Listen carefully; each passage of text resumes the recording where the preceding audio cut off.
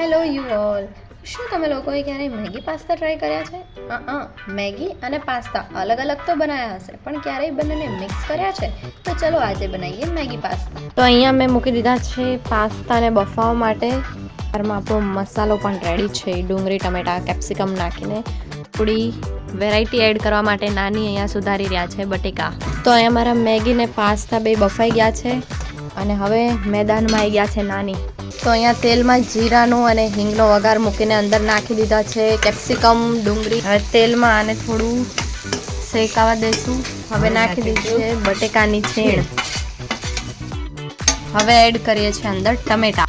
તો બધી gravy add કર્યા પછી થોડી વાર એને તેલમાં શેકાવા દઈએ. તો બટેકાની છીણવાળા મેગી પાસ્તા તમે નહીં ખાતા હોય, બહુ બધી જાતના અલગ અલગ પાસ્તા ટ્રાય કર્યા હશે, પણ બટેકાની છીણવાળા પાસ્તા નહીં ટ્રાય કર્યા હોય. તો આજે હું તમને કહું કેવા લાગે છે. હવે એડ અંદર કરી દઉં છું બધા જ મસાલા. જે મેગીની જોડે આવ્યો તો મસાલો એ.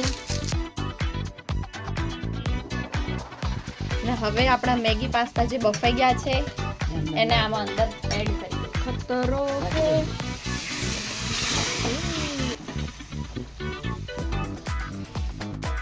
આપણો પાસ્તા મસાલો અને મેગી મસાલો ફોર એક્સ્ટ્રા ટેસ્ટ.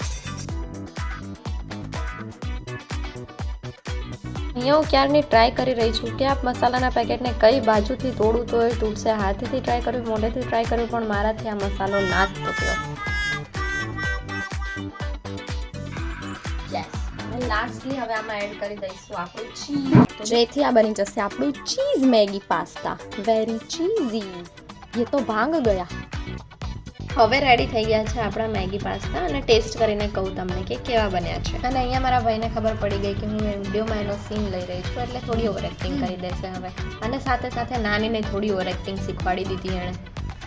પણ હું તમને જેવું છે એવું એઝ ઇટ ઇઝ જ એનો રિવ્યૂ આપીશ કે કેવા બન્યા છે મેગી પાસ્તા.